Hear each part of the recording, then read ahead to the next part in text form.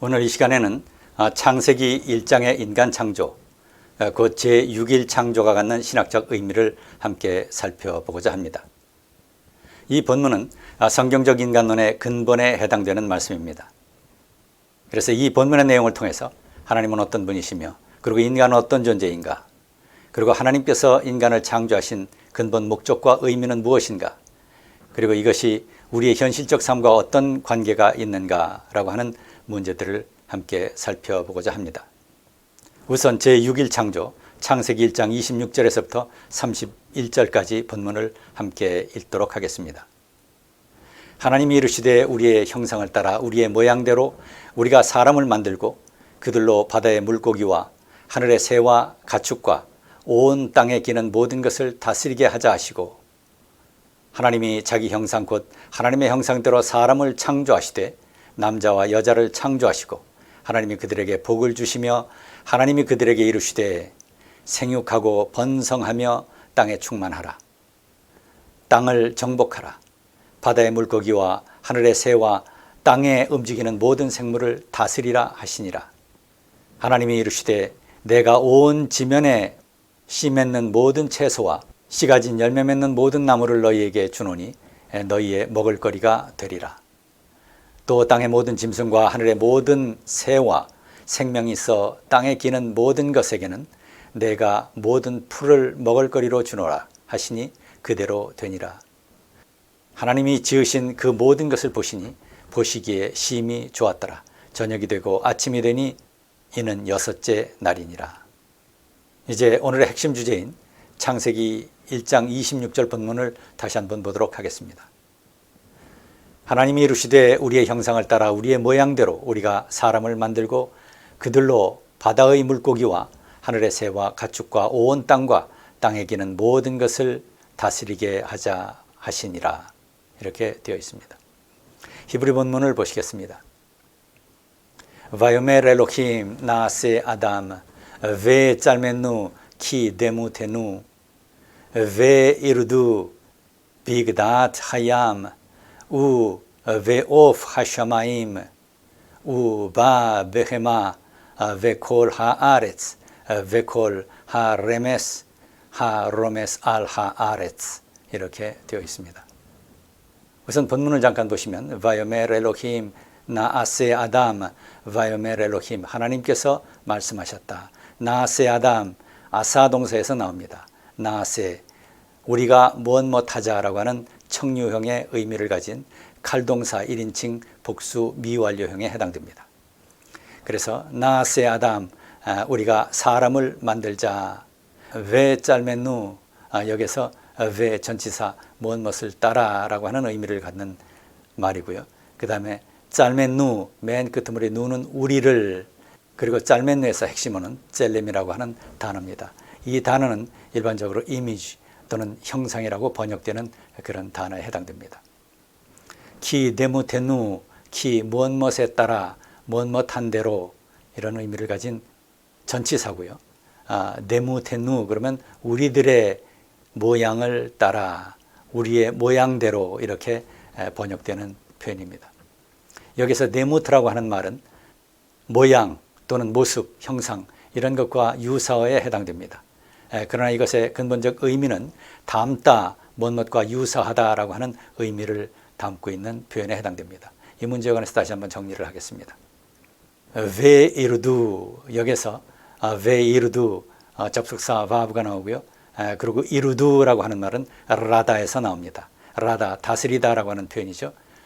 자, 이것의 칼형, 미완료, 3인칭 복수로 쓰였습니다. 여기서는 자시브라고 해서 간접 명령형으로 사용되었고요. 그래서 그들로 하여금 무엇 하도록 하자라고 하는 의미를 내포하고 있는 표현입니다. 자, 그래서 그들로 하여금 다스리게 하자.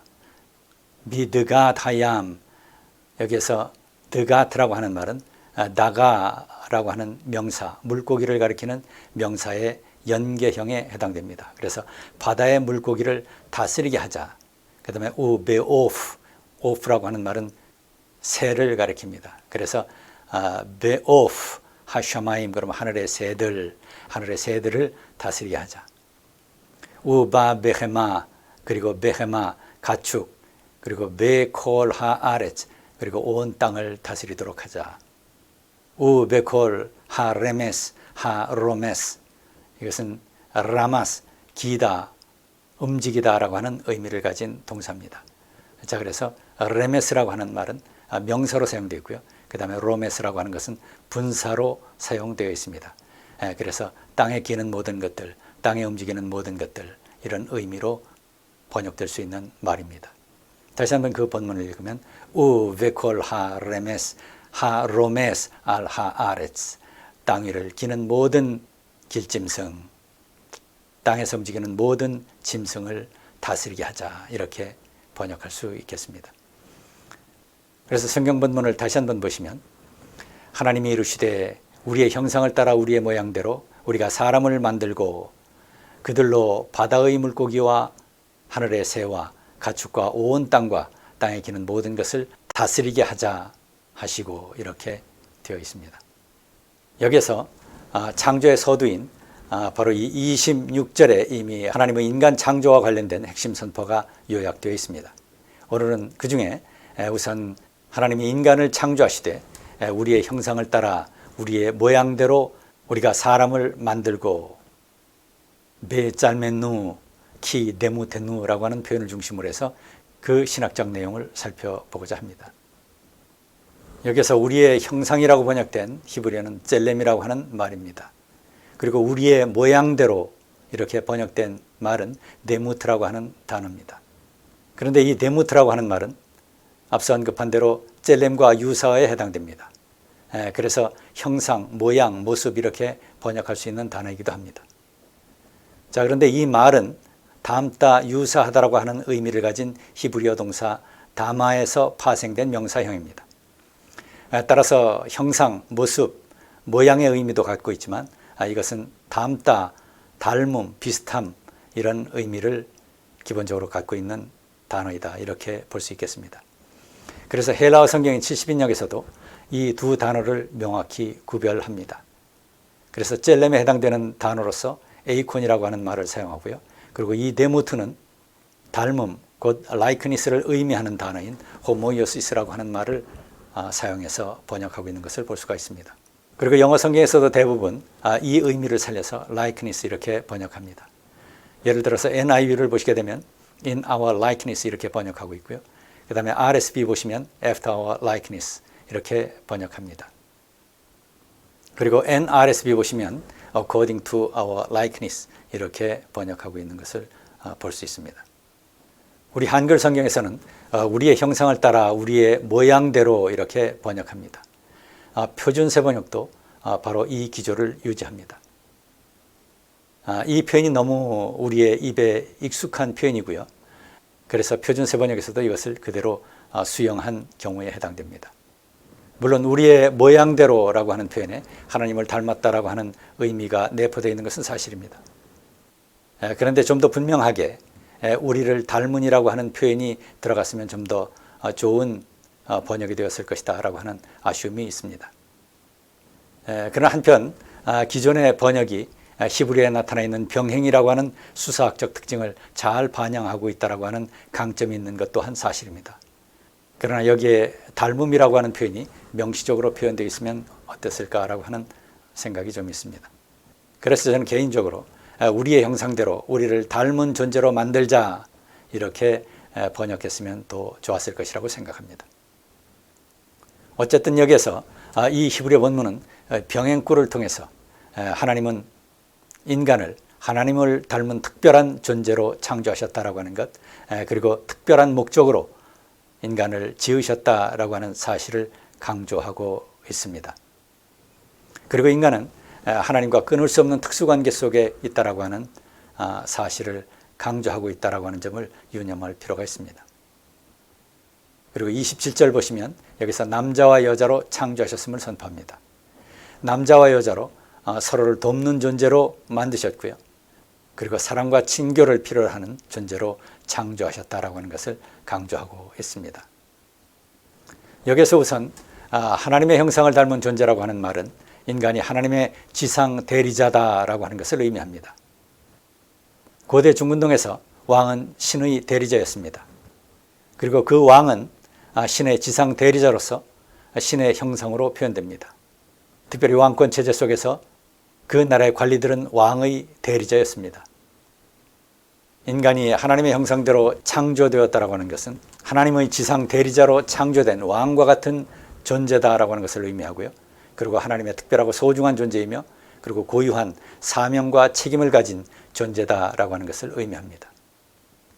다시 말해서 인간은 왕과 같은 소중한 존재다라고 하는 사실을 선포하고 있는 것이다. 이렇게 볼 수 있습니다.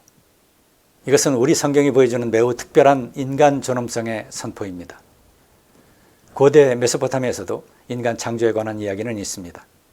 에누마 엘루시라고 하는 고대 메소포타미아 창조시가 바로 그것입니다.